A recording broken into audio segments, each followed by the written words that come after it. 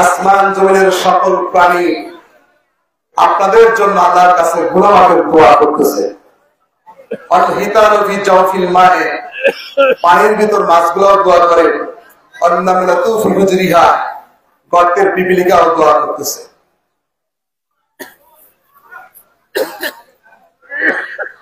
সম্মানিত হাজিরিন, আজকে এই নামাজ ঘর, এই বরকতপূর্ণ মাহফিলে শ্রোতা এবং বক্তা আল্লাহ পাক সকলকে কবুল করুন, বলুন আমিন। আসুন কোরআনুল কারীম ও রাসূল পাকের হাদিস থেকে আমরা কিছু কথা বলি এবং শুনি। আল্লাহ পাক সেই তৌফিক দান করুন, আমিন। সুবহানাকা লা ইলমা লানা ইল্লা মা 'আল্লামতানা।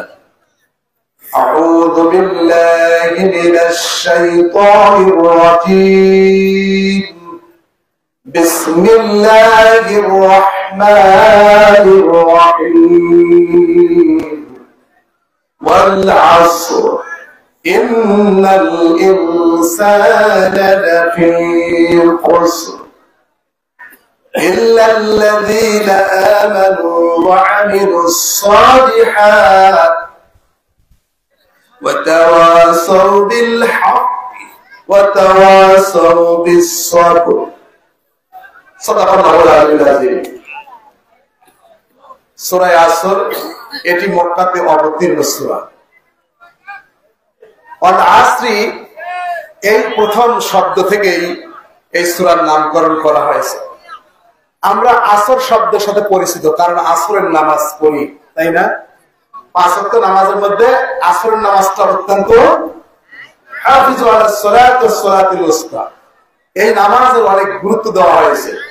তো আল্লাহ পাক কোরআনুল কারীমে কসম করেছেন, দিনের কসম করেছেন, রাত্রির কসম করেছেন, সকালের কসম করেছেন, আল ফাজরি ওয়া লায়ালিন আশর, ফজরের কসম করেছে, ওয়াদ দুহা ওয়াল লাইলি ইযা সাজা, মধ্যাহ্নের কসম করেছে, ওয়াল লাইলি ইযা ইয়াকশা।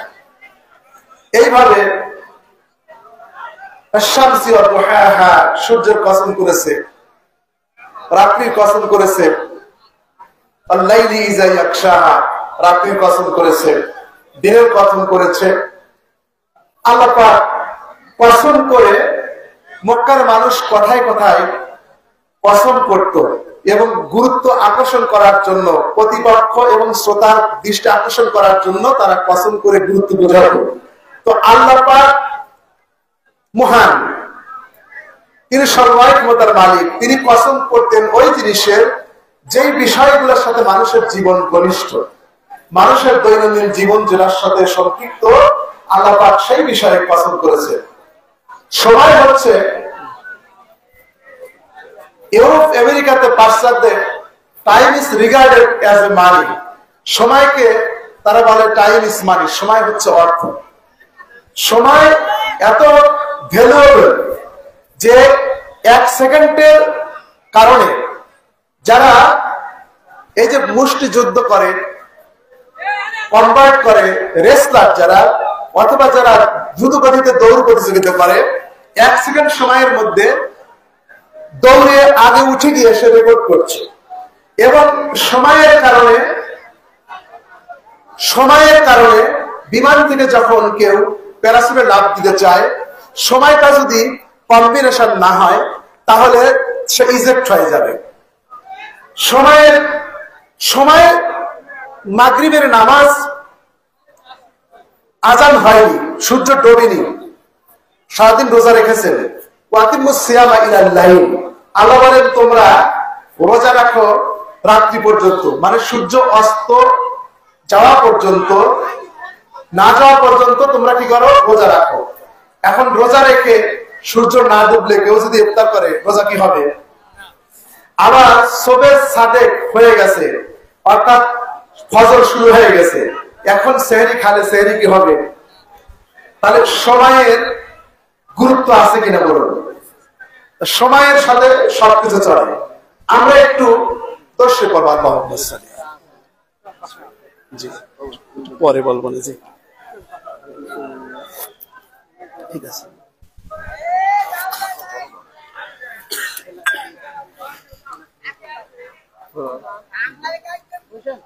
اللهم صل على محمد وانجله مقعدك المقرب عندك يوم القيامة।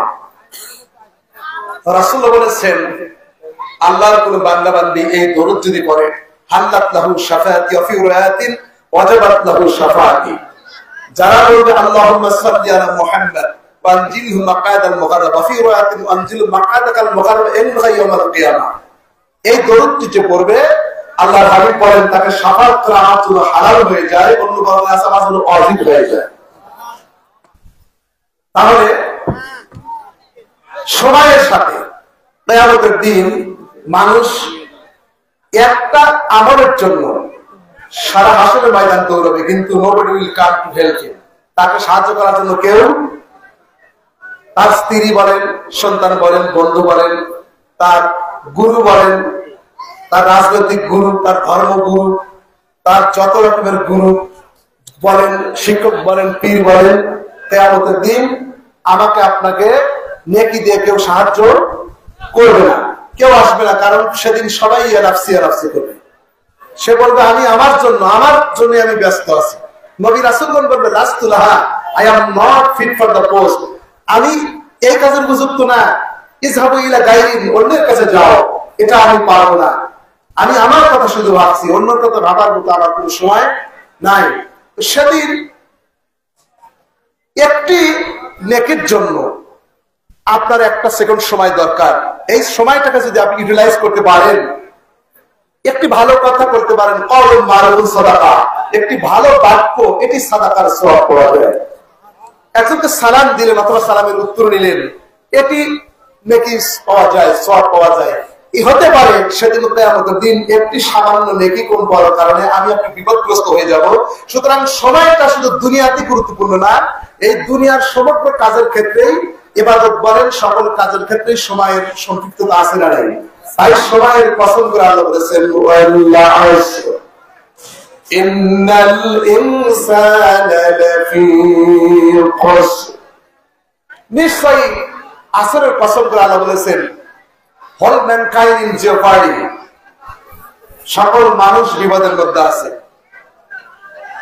সমস্ত মানব মণ্ডলী বিপদের মধ্যে আছে, ইল্লাল্লাযীনা আমানু, তবে যারা ঈমান এনেছে, তবে যারা কি করেছে? ঈমান এনেছে, ওয়া আমিলুস সলিহাত, নেক কাজ করেছে, সৎ কাজ করেছে, ওয়া তাওয়াসাউ বিল হক, আর পরস্পর সত্যের উপর চলার জন্য সত্য পথের উপরে একে অপরকে উপদেশ দিয়েছে, এবং সত্য কথা বলতে গিয়ে, সত্য পথে থাকতে গিয়ে, সত্যের উপর চলতে গিয়ে যে বিপদ এসেছে, সেই বিপদে একে অপরকে ধৈর্যের পরামর্শ দিয়েছে। এই চারটি কাজ যারা করবে, আল্লাহ পাক বলছেন সকল মানুষ ধ্বংস হয়ে যাবে, বিপদগ্রস্ত হয়ে যাবে, ক্ষতিগ্রস্তের মধ্যে আছে। তবে চারটি ফিচার্স যাদের মধ্যে আসে, চারটি কোয়ালিটিস, বৈশিষ্ট্য যাদের মধ্যে আছে, তারা এই বিপদ থেকে মুক্ত হবে। সকল মানুষ ক্ষতির মধ্যে আছে, সমস্ত মানুষ বিপদগ্রস্ত হবে, বিপদের মধ্যে আছে, কিন্তু চারটি কাজ যারা করে এই বিপদ থেকে তারা মুক্ত। তার এক নম্বর কাজ কি? ইল্লাল্লাযীনা আমানু, যারা ঈমান এনেছে। তারা কি করেছে? ঈমান এনেছে। আল্লাহ রাব্বুল আলামিন বলেন আলিফ লাম মিম যালিকাল কিতাবু লা রাইবা ফীহি হুদাল লিল মুত্তাকিন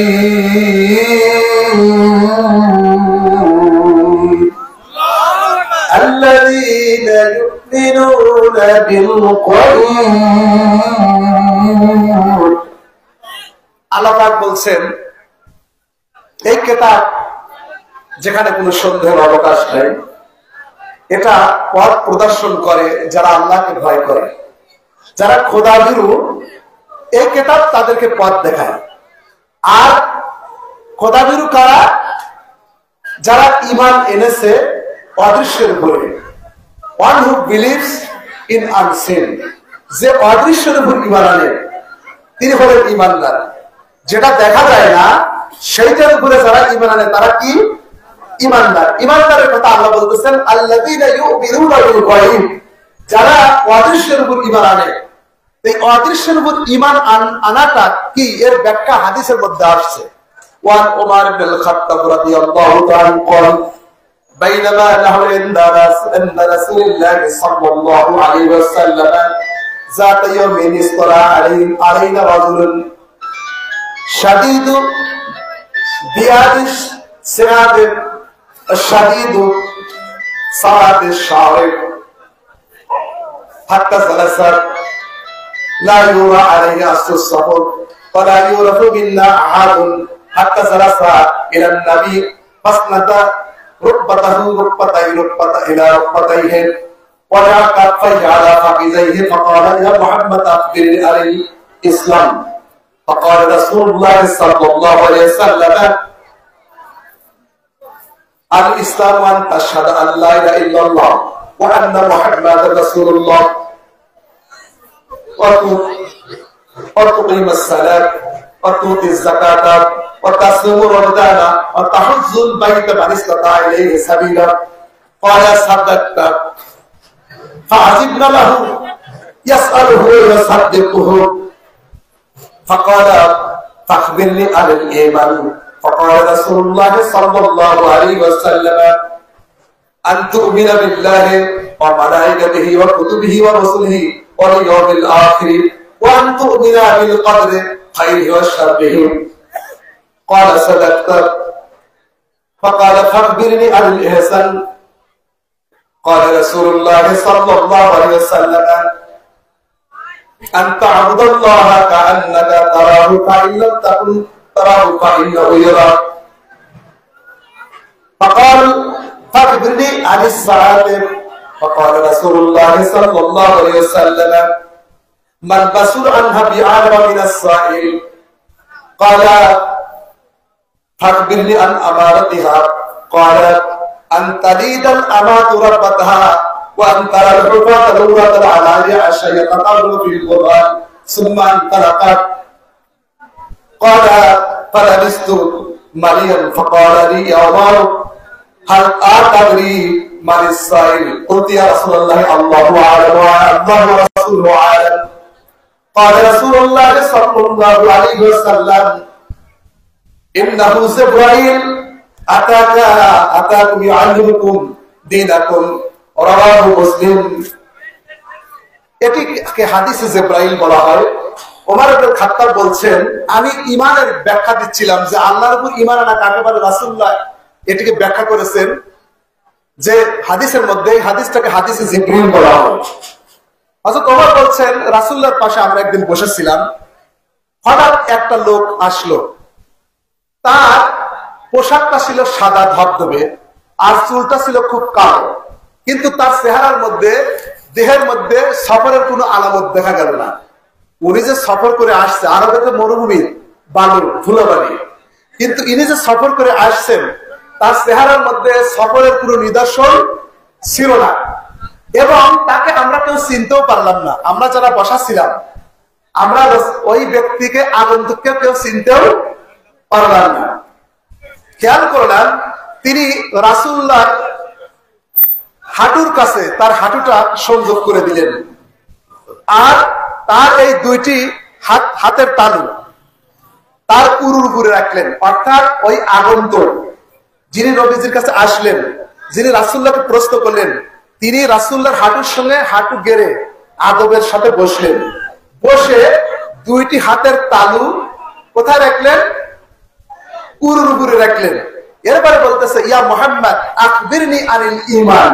আমি তো বলেছি ঈমানের কথাই বলছিলাম যে ঈমান কাকে বলে। তখন নবীজি বললেন, আনতা শাহাদা আল্লা ইলাহা ইল্লাল্লাহ ওয়া আন্না মুহাম্মাদুর রাসূলুল্লাহ। তুমি সাক্ষ্য দিবে যে আল্লাহ ছাড়া কোনো ইলাহ নাই, মুহাম্মদ সাল্লাল্লাহু আলাইহি ওয়াসাল্লাম আল্লাহর বান্দা এবং প্রেরিত রাসূল। আর তুকিমাস সালাত, নামাজ কায়েম করবে, ওয়া তুতিজ যাকাত, যাকাত প্রদান করবে যদি বিত্তবান হও, ওয়া তাসুমু রমাদান, রমজান মাসে রোজা রাখবে, ওয়া তাহুজ্জুল বাইতা মান ইসতাতা ইলাইহি সাবিলা, সামর্থ্য থাকলে বাইতুল্লাহ শরীফ পর্যন্ত শারীরিক এবং আর্থিক সংগতি থাকলে সেখানে কাবা ঘর তাওয়াফ করবে। এটি হচ্ছে ইসলাম। তখন তিনি বললেন যে ঈমান কাকে বলে? তখন নবীজি বললেন আন তুমিনা বিল্লাহ, আল্লাহর উপরে তুমি ঈমান আনলা। কার উপর ঈমান আনতে হবে? ঈমানের ডেফিনেশন রাসূলুল্লাহ দিয়েছেন আন তুমিনা বিল্লাহ, তুমি আল্লাহর উপর ঈমান আনবা, আর মালায়েকাতি ফেরেশতার উপর ঈমান আনবা, আর কুতুবিহি এই আসমানি কিতাব, কিতাবুন এক বচন, কুতুবুন প্লুরাল বহু বচন, আসমানি 104 খানা, মতান্তরে আরো কম বেশি হতে পারে। তো 104 খানা আসমানি কিতাব কম বেশি যাই থাক, এই আসমানি কিতাবের উপর কি করতে হবে? বিশ্বাস রাখতে হবে। আর কি করতে হবে? ওয়াল ইয়াউমিল আখির, পরকাল যে আছে, দ্য ডে অফ জাজমেন্ট, বিচার দিবস যে আছে, পরকাল যে আছে, এর উপর বিশ্বাস। ওয়ান তুমিনা বিল কদরে, আর তকদিরের উপর বিশ্বাস করতে হবে। কি খাইরি ওয়া শাররি, ভালো মন্দ কার পক্ষ থেকে হয়, এই বিশ্বাস রাখতে হবে। তখন তিনি বললেন যে আমাকে একটু বলুন যে ইহসান কাকে বলে, অর্থাৎ ইবাদতের পদ্ধতি কি? তখন বললেন আন তা'বুদাল্লাহ কাআন্নাকা তারাহু, তুমি এভাবে ইবাদত করবে, নামাজ পড়বে যেন তুমি আল্লাহকে দেখতে পাচ্ছ। ফাইন তাকুন তারা ফাইন্নাহু ইয়ারা, আল্লাহকে দেখা তোমার পক্ষে সম্ভব না হলে, অর্থাৎ আল্লাহকে তো দেখা যাবে না, তো সেই ক্ষেত্রে দুনিয়াতে আল্লাহকে তো চর্মচক্ষুতে দেখা যাবে না, এটা আল্লাহই কোরআনে বলেছেন। তো মনে মনে তুমি কল্পনা করো যে আল্লাহকে আমি দেখতে পাচ্ছি না, কিন্তু আল্লাহ আমাকে দেখতেছে। তখন তিনি বললেন যে আপনি সত্য বলেছেন। তো এরপরে বললেন যে কিয়ামত সম্পর্কে আমাকে বলেন, কিয়ামত কখন হবে? আকবিরনি আনিস সাআহ, কিয়ামত কখন হবে? নবীজি বলেন মান মাসউল আনহা বিআলামা মিনাস সাইল, জিজ্ঞাসিত ব্যক্তি জিজ্ঞাসকারীর চাইতে এই বিষয়ে অধিক জ্ঞাতবান। অর্থাৎ আমাকে যে জিজ্ঞাসা করেছেন, this person is spoken to does not know more than, বেশি জানে না, যিনি প্রশ্ন করেছেন তার চেয়ে তিনি বেশি জানেন না। অর্থাৎ এই বিষয়ে জ্ঞান কার কাছে? ওয়াইল্লাহু ইলমুস সাআহ, আল্লাহ বলেন কিয়ামতের জ্ঞান আছে কার কাছে? আল্লাহর কাছে। জুমার দিন কিয়ামত হবে এটা বলা আছে, কিন্তু কোন মাসের কোন জুমায়, কত হিজরিতে, কোন সালে, কোন বছরে, এটা উল্লেখ নাই। কদিন আগে ভূমিকম্প হয়ে গেল না? ইজা জুলজিলাতিল আরদু জিলজালাহা আল কারিয়াতু ওয়াল কারিয়া আল হাক্কাতু ওয়াল হাক্কা ইজা ওয়াকাআতিল ওয়াকিআ লাইসা লিওয়াকআতিহা কাযিবা খাফিজাতুর ওয়াফিয়া। তো আল্লাহ পাক এই যে ভূমিকম্পের কথা বলেছেন, এটি কিভাবে? যে এই পৃথিবীটা আল্লাহ পাক তৈরি করেছেন, তৈরি করে বলেছে আলাম নাজআলিল আরদা কিফাতা। হে আমার প্রিয় হাবিব, আপনি কি দেখেন না এই জমিনটাকে আমি আকৃষ্টকারী বস্তু বানাইছি? এই জমিনটাকে আকৃষ্টকারী বস্তু বানাইছি, এর মানে হলো ফোর্স অফ গ্র্যাভিটেশন এখানে কাজ করে। আপনি একটি উপরে ঢেল ছুড়লে, তীর ছুড়লে, ঢেল বা ওই তীরটা কোথায় আসবে?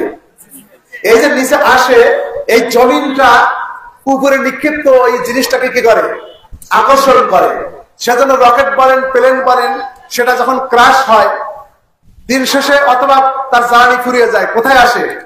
সে তো হারিয়ে যাওয়ার কথা, কিন্তু যায় না কেন? সে মাটিতে আসে। আল্লাহ বলেন আলাম নাজআলিল আরদা কিফাতা, হে আমার প্রফেট, আপনি কি দেখেন নাই আমি জমিনকে ফোর্স অফ গ্র্যাভিটেশন করে, মধ্যাকর্ষণ শক্তির বলয় করে আমি তৈরি করেছি। সেইটির করার কারণে আল্লাহ বলেন লা শামসি ইয়ানবাগি লাহা আন তুদরিকাল কমার ওয়ালাল লাইলু সাবিকুন নাহার।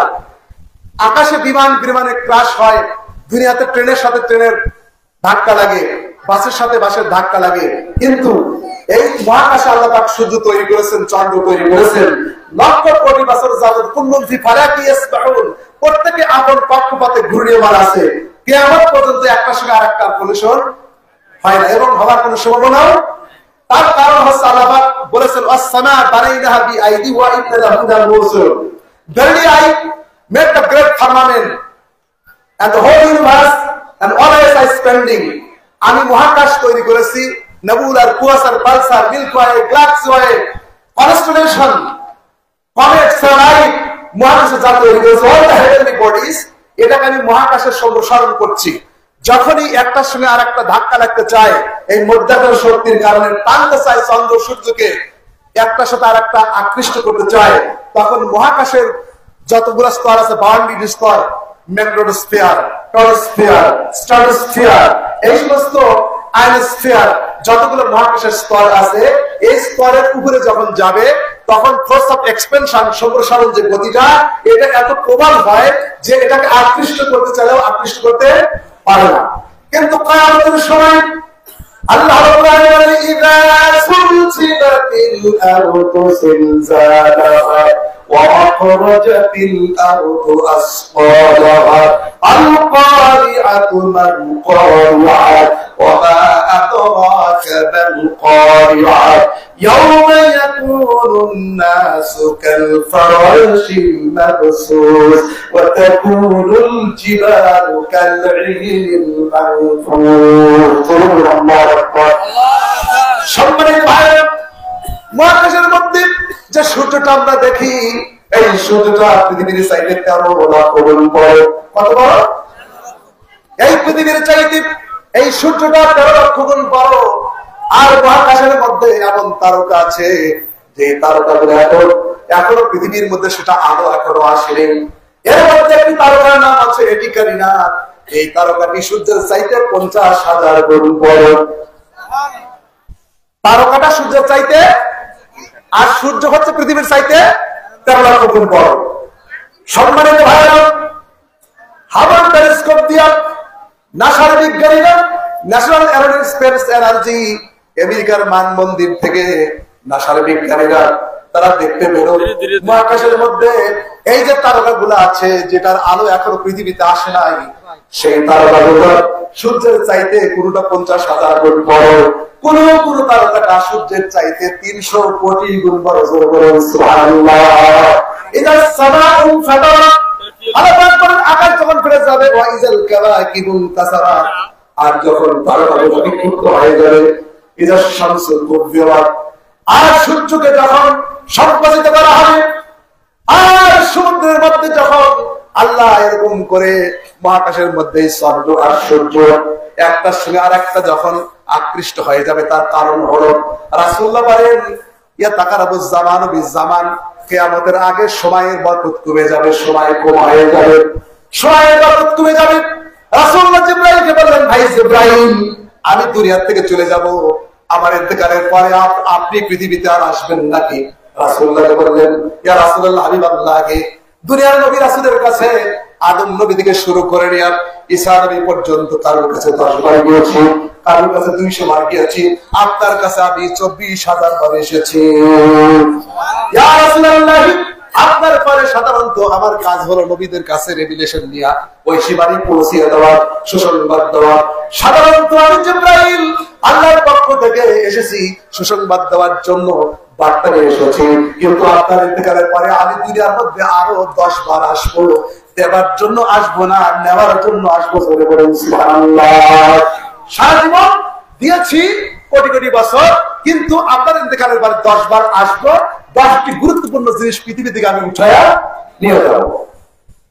সম্মানিত ভাইরা, এবার আসেন, রাসূলুল্লাহ বলেন সময়ের বরকত কমে যাবে, তাকুলুস সানাতু কাশহারে, 1 বছর হবে 1 মাসের সমান। 1 বছর হবে কত দিনের সমান? ওয়া ইয়াকুলুশ শাহরু কাল জুমআতে, আর 1 মাস হবে 7 দিনের সমান। ওয়া তাকুলুল জুমআতু কাল ইয়াওমে, আর 7 দিন হবে 1 দিনের সমান। কিভাবে সম্ভব? আচ্ছা, এই টেবিলের দিকে খেয়াল করেন। এই টেবিলটার মধ্যে একটা পিপিলিকা হাঁটতেছে, এই প্রান্ত থেকে এই প্রান্তে পিপিলিকার যেতে 2 মিনিট সময় লাগে।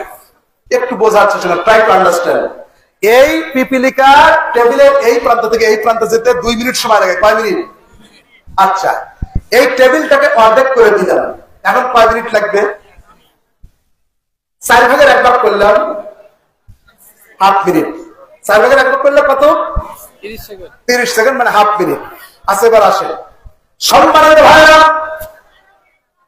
আল্লাহ রাব্বুল আলামিন এই যে মহাকাশ তৈরি করেছেন, মহাকাশকে সম্প্রসারণ করেছেন, চন্দ্র আর সূর্য আর তারকাগুলো একটার সঙ্গে আর একটা আকৃষ্ট হতে চায়, কিন্তু মহাকর্ষণ শক্তি যেটা দুনিয়া তৈরি করেছেন সেটা এখন আছে দুর্বল।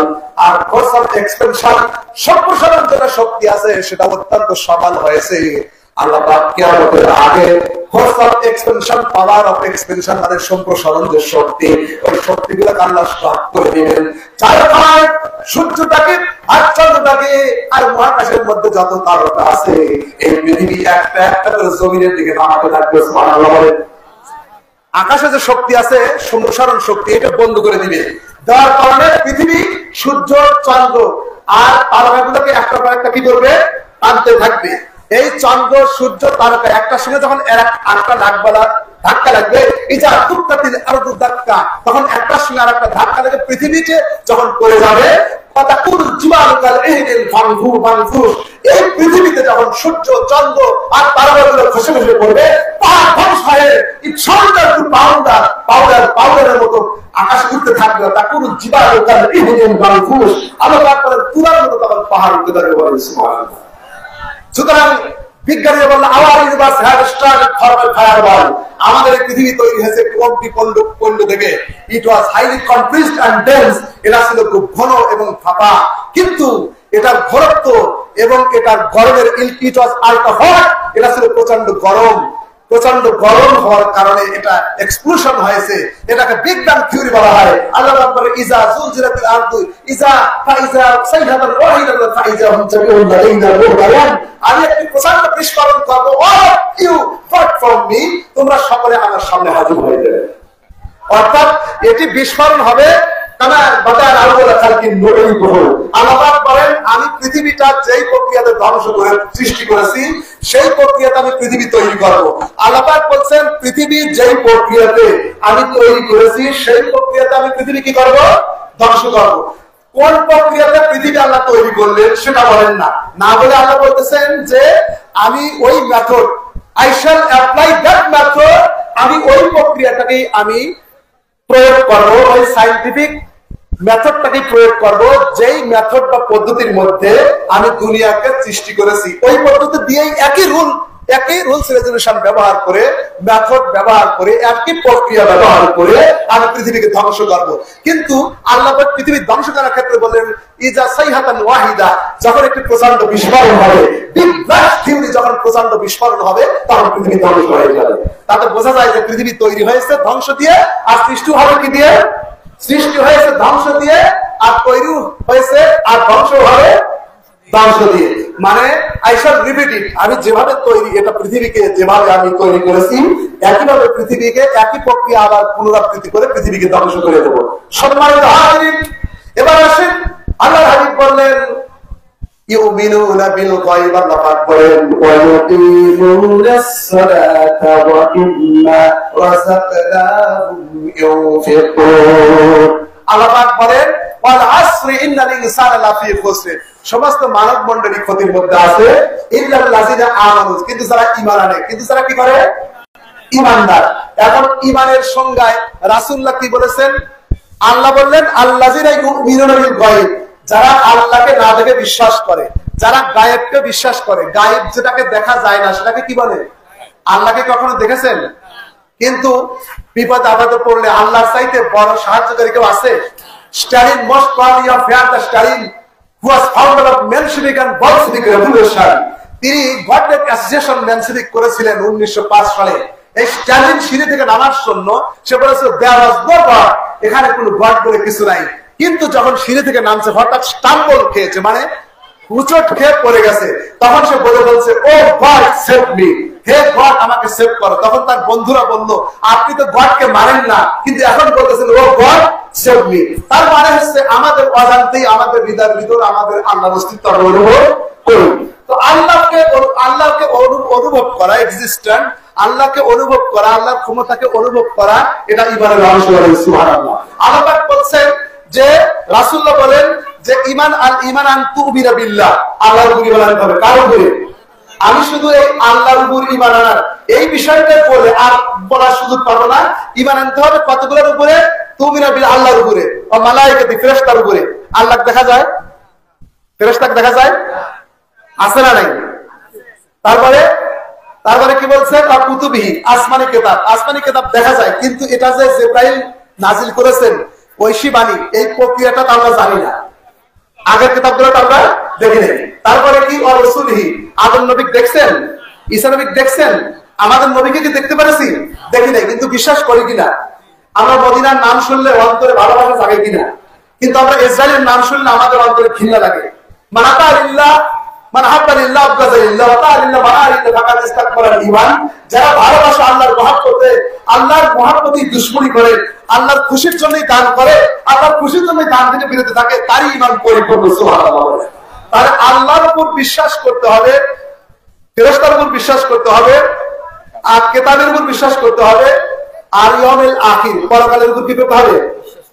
কাদরি তকদিরের উপর বিশ্বাস, খায়রি ওয়া শাররি। এটা হচ্ছে ঈমানের সংজ্ঞা। এই আল্লাহর উপর বিশ্বাসের চারটি প্রক্রিয়া। কয়টি প্রক্রিয়া? সম্মানিত ভাইরা, এবার আসেন আল্লাহ রাব্বুল আলামিন ইব্রাহিম আলাইহিস সালামকে যখন আগুনে ফেলে দিচ্ছিল, তার সাথে ইব্রাহিম নবীর পিতামাতাও ইব্রাহিম নবীর বিপক্ষে। কারণ ইব্রাহিম আলাইহিস সালাম অপরাধ করে তিনি মূর্তির বিরুদ্ধে কথা বলেছেন। তার পিতা বললেন, ইব্রাহিম লাগিল্লাহ তাআলা সুবহানাল্লাহ, ইব্রাহিম তুমি যদি এই মূর্তির বিরুদ্ধে কথা বলা বন্ধ না করো, তাহলে পাথর দিয়ে তোমাকে হত্যা করা হবে। তোমাকে রক্ষা করার জন্য পাহাড়ের পাদদেশে তোমার মা তোমাকে ডেলিভারি করে রেখে এসেছিল। এখন বড় হয় তুমি আমার খোদা, আমার ভগবানের বিরুদ্ধে কথা বলো, আমার শীতলার বিরুদ্ধে কথা বলো, আমার দেশ, আমার দেশ মূর্তি হলো আমার ভালোবাসা। মূর্তিকে কি বলতেছে? চেতনা। মূর্তিকে ভালোবাসা। অর্থাৎ রাসূল বলেন, লা তাদখুলুল মালাইকাতু বাইতান ফিহি তাযাকুরুন ওয়ালা কালবুন ওয়ালা যুনুবুন। ওই ঘরে ফেরেশতাই ঢোকে না, সেই ঘরে মূর্তি থাকে, কোন প্রাণীর ছবি থাকে, ফেরেশতা ঢুকবে না। কিন্তু মৃত্যুর সময় ফেরেশতা ঢুকবে ঠিকই, গজবের ফেরেশতা জাহান্নামে যাওয়া লাগবে। ঘরের মধ্যে কোন প্রাণীর ছবি রাখা যাবে না। ওটা আপনার বাপ হোক, দাদা হোক, পীর হোক, আর আপনি যার ছবি রাখেন না কেন, কোন ছবি রাখা যাবে না। সেই কারণে যখন রাসূলুল্লাহ মক্কা বিজয় করলেন, জাল হক ওয়া জাহাকাল বাতিল, এটি তিনি হাতে একটি চাবুক ছিল, এটা দিয়ে তাআলা বাতনাহু মূর্তিগুলোর পেটে পোঁছা দিচ্ছিলেন, আর বলছিলেন জাল হক ওয়া জাহাকাল বাতিল। তিনি দেখলেন যিশা খ্রিস্টের তার ছবি এবং ম্যাডোনা মেরির ছবি লাগানো। তিনি বললেন, যেহেতু নবীদের ছবি এবং নবীর মারিয়ামের ছবি এখানে আছে, তোমরা এটাকে অসম্মান করে বের করো না, কিন্তু এটা মূর্তি ঘরে রাখা যাবে না, এটাকে সম্মানের সাথে বের করে দাও। এটি পার্থক্য করেছিলেন। কিন্তু মূর্তি তো মূর্তি, কিয়ামতের দিন যারা মূর্তি তৈরি করবে, আশারাতুন নাস মানজারাতাল ইয়াউমাল কিয়ামা, সবচেয়ে নিকৃষ্টতম আযাব হবে তাদের রূহ দেওয়ার জন্য করবে, কিন্তু রূহ দিতে তারা পারবে না। তো আল্লাহ রাব্বুল আলামিন তার উপর ঈমান আনার মানে হচ্ছে ইব্রাহিম আলাইহিস সালামকে আগুনে ফেলে দিচ্ছে, তিনি মূর্তি ভেঙেছিলেন, সে ঘটনাটা জানেন। এখন আগুনে যখন ফেলে দিচ্ছে, এমন সময় জিবরাইল আমিন বলেন, রব্বুল আলামিন আপনার ইব্রাহিমকে আগুনে ফেলে দেয়, আমি মন চাই একটু সাহায্য করব। আল্লাহ বলেন, তুমি চলে যাও। ইব্রাহিমকে রক্ষা করার জন্য চলে আসলেন জিবরাইল আলাইহিস সালাম। বলেন, আমি এসেছি আপনাকে সাহায্য করার জন্য। কেমন সাহায্য করবেন? আমার দেহের মধ্যে 600 পাখা আছে, মতান্তরে 300 অথবা 100 পাখা আছে। এই পাখাগুলো একটি পাখা বিস্তার করলে আসমান জমিনের ফাঁকা জায়গা পূরণ হয়ে যায়। সুবহানাল্লাহ। এই নূরের তৈরি পাখা একখানা পাখার আঘাত করলে আগুন নিভে যাবে। সুতরাং আমি সাহায্য করতে চাই। ইব্রাহিম আলাইহিস সালাম বললেন, ভাই জিবরাইল, আপনি যে আল্লাহর ইবাদত করেন, আমিও আল্লাহকে মানেন, আমি সেই আল্লাহর ইবাদত করি, আমিও সেই আল্লাহর গোলাম। আমি আপনার কাছে সবই জানতে চাই, আমার আল্লাহকে অন্ধ করে না, আমার আল্লাহকে চরম শক্তিহীন করে না, আমার আল্লাহকে বধির করে না। তাহলে কি আল্লাহ পাকের ইবাদত করতে গিয়া আমি ইব্রাহিম আগুনের মধ্যে নিক্ষিপ্ত হয়েছি, আমার জাতি আমার বিপক্ষে চলে গেছে, এমনকি আমার পিতা মাতা আমার বিরুদ্ধাচরণ করছে। যে আল্লাহ রাব্বুল আলামিন যদি আমার উপর রাজি হয়ে থাকে, আমি হাজারবার আগুনে পড়তে আসে রাজি, আমি কেন আপনার সাহায্য চাবো? করে বলেন সুবহানাল্লাহ। আল্লাহ পাক খুশি হয়ে গেলেন, কুলনা ইয়া নারু কুনি বারদাহু ওয়া সালামান আলা ইব্রাহিম। আগুন রে, ইব্রাহিমের উপর আরামদায়ক ঠান্ডা হয়ে যাও। সুবহানাল্লাহ। এবার অগ্নিকুণ্ডের মধ্যে ইব্রাহিম পড়ে গেলেন। 40 দিন পর্যন্ত ইব্রাহিম আলাইহিস সালাম আগুনের মধ্যে খেলাধুলা করলেন। আমার দুশমনকে তুই কেন চালাতে পারিস না? তোর দহন ক্ষমতা, তোর রাজ্য ক্ষমতা হারিয়ে ফেলে নাকি? আগুন আমাকে একটু ক্ষমতা দেন, আমি একটু জ্ঞানের সঙ্গে কথা বলতে চাই। আগুনের মধ্যে মানুষের মতো কণ্ঠ বের হয়ে আসলো। আগুন বলল, শব্দের আমার তাহলে ক্ষমতা, আমার দার্য ক্ষমতা, আমার জানাবার ক্ষমতা, আমার উত্তাপ, আমার যৌবন আছে কি নাই তুই আয়, তোর শুদ্ধ আমি তাম তুইয়া ছাড়াই দিতে পারি, আল্লাহর নবীর একটা লোগো পড়াতে পারি না। সম্মানিত ভাইরা, এই যে আগুন নিভে গেল, আল্লাহ একটা অর্ডিন্যান্স করেছে, আগুন নিভে যাওয়ার সাথে সাথে আগুন নিভে গেল। বোঝা যায় আল্লাহর ক্ষমতা সকল বিষয়ের উপরই আল্লাহর ক্ষমতা আছে না নাই। তাবারাকাল্লাযী বিয়াদিহিল মুলক ওয়া হুয়া আলা কুল্লি শাইইন কাদির। Allah is powerful over all things. সকল কিছুর উপর আল্লাহ পাক ক্ষমতাবান। আল্লাহ বলছেন নিভে যাও, সাথে সাথে কি হয়েছে? এবার আমি প্রশ্ন করি, আমেরিকার প্রেসিডেন্ট ট্রাম্প যদি বলে পৃথিবী থেকে আর মহামারী, কলেরা, টাইফয়েড, বসন্ত, করোনা এসব থাকতে পারবে না, দূর হবে? আমেরিকাতেই 5 লক্ষ মানুষ মারা গেছে, ইটালিতে 7 লক্ষ মানুষ মারা গেছে এই করোনায়, তারা কি মোকাবেলা করতে পেরেছে? এভাবে যদি পুতিন যদি বলে, মশাকে যদি বলে আমার রাশিয়ার মধ্যে কোনো মশা থাকতে পারবে না, মশা কি কথা শুনবে? আল্লাহ বলেন শুনবে তো নাই। যদি মাছি তোমাদের কাছে খাবার নিয়ে যায় তাহলে এই মাছির কাছ থেকে খাবার ছিনে আনার শক্তি তোমাদের নাই। তাহলে পৃথিবীর কোন ক্ষমতাদার ব্যক্তি যদি বলে এই তুমি শীত আসতেছো, এই বছর শীত আসতে পারবে না, শীত কি বন্ধ থাকবে? অথবা গরমের সময় যদি বলে আমি অমুক দেশের প্রেসিডেন্ট, আমার গায়ে গরম লাগতে পারবে না, গরম কি লাগা বন্ধ থাকবে? তাহলে দুনিয়ার কোন মানুষের কোন কথা এই পৃথিবীর কোন মাখলুককে শোনে? আল্লাহর কথা শোনে। আগুনের নিভাতে বলছেন কে? আগুন নিভে গেছে। এটা হচ্ছে আল্লাহ পাকের ক্ষমতা। এটা কি? আল্লাহ পাকের ক্ষমতা। 2 নম্বরে আল্লাহর শ্রবণ শক্তি কেমন? ইউনূস নবীকে আল্লাহর উপর যে ঈমান আনবেন, কিভাবে ঈমান আনবেন? আল্লাহ কোন বিষয়ের উপর আপনি ঈমান আনবেন? আল্লাহর ক্ষমতার উপর ঈমান আনতে হবে। কিসের উপরে? ক্ষমতার উপরে। 2 নম্বরে ইউনূস আলাইহিস সালামকে মাছের পেটে যখন ফেলে দেওয়া হলো, এই মাছটা 3 দিন মতান্তর 40 দিন পর্যন্ত মাছের পেটের মধ্যে তিনি থাকলেন। আল্লাহ পাক তার চোখের কাষ্ঠ করে দিলেন। মাছের পেট তিনি দেখতে পেলেন ক্ষুদ্রাতি ক্ষুদ্র প্রাণীগুলা আল্লাহকে ডাকতেছেন। তিনি তখন বললেন লা ইলাহা ইল্লা আনতা সুবহানাকা ইন্নী কুনতু মিনাজ জালিমিন। আল্লাহ বলেন তোমার চিৎকার দুনিয়ার কোন মেম্বার চেয়ারম্যান শুনলো না, জাতিসংঘের মহাসচিব শুনতে পেল না, তোমার পিতামাতাও শুনতে পেল না, তোমার স্ত্রীও শুনতে পেল না, তোমার দেশবাসী কেউ শুনতে পেল না। আমি আরশের আযমের মালিক সামিউল বাসির, আমার শ্রবণ শক্তি এত বেশি, আমি আরশের আযম থেকে সেটা শুনেছি, আর শুনে আমি ক্ষান্ত থাকি নাই, তোমাকে সেখান থেকে নাজাত দিয়ে দিয়েছি। বলুন সুবহানাল্লাহ। আল্লাহ পাকের শ্রবণ শক্তি এত বেশি যে মহাকাশের উপরে, মহাকাশের নিচে এবং এর মাঝে যা আছে, যা কিছু ঘটতেছে পৃথিবীর কাছে জিকির করে সেটাও আল্লাহ পাক শোনে। সুতরাং আল্লাহর এই শ্রবণ শক্তি আছে। এরকম আল্লাহ পাকের 1000 সিফত বা অ্যাডজেক্টিভ আছে। এই 1000 অ্যাডজেক্টিভের ঈমান আনার নাম হচ্ছে ঈমান। কথা বুঝতে পেরেছেন? এই যে স্টেজ করেছেন, স্টেজের মধ্যে খুঁটা আছে না নাই? আল্লাহ পাক যে বিশাল আসমান বানাইছেন, এই আসমানটি তৈরি করে আল্লাহ পাক খুলিকা সামা দুনিয়া মিন হাজার, আল্লাহ পাক প্রথম আসমান পাথর দিয়ে তৈরি করেছেন।